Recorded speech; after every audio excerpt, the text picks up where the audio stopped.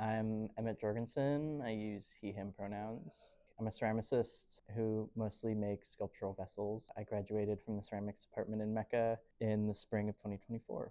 I'm less interested in like pots and I'm more interested in how the pots are made with these like pegging pots that I make. They're really sculptures that are made um, from like this action of pegging and like that is I'm considering under this like umbrella of touch where I take these 4x4 beams and I just blast them into clay as like this like analogy, right?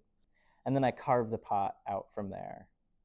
So there's like this violence, which is exciting that I try to totally deflate by making it neon blue or some primary color. Um, One of these pieces I'm making now, which I'm calling the Fruits In, it's supposed to be a reference to a Paul Cadmus painting that came out in the 1930s called The Fleet's Inn.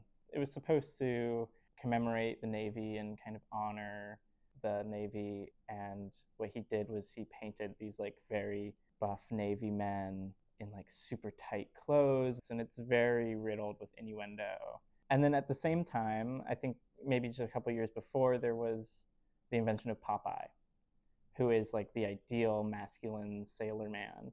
I'm thinking about this like relationship of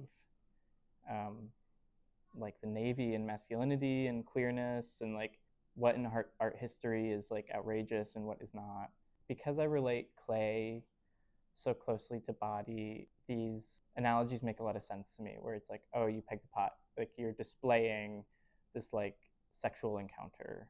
And so I think I like taking that and kind of um, playing with its intensity a little bit and seeing how like easily consumable I can make that, especially as like someone thinking about queer sex, which still to this day is not entirely like okay in the world.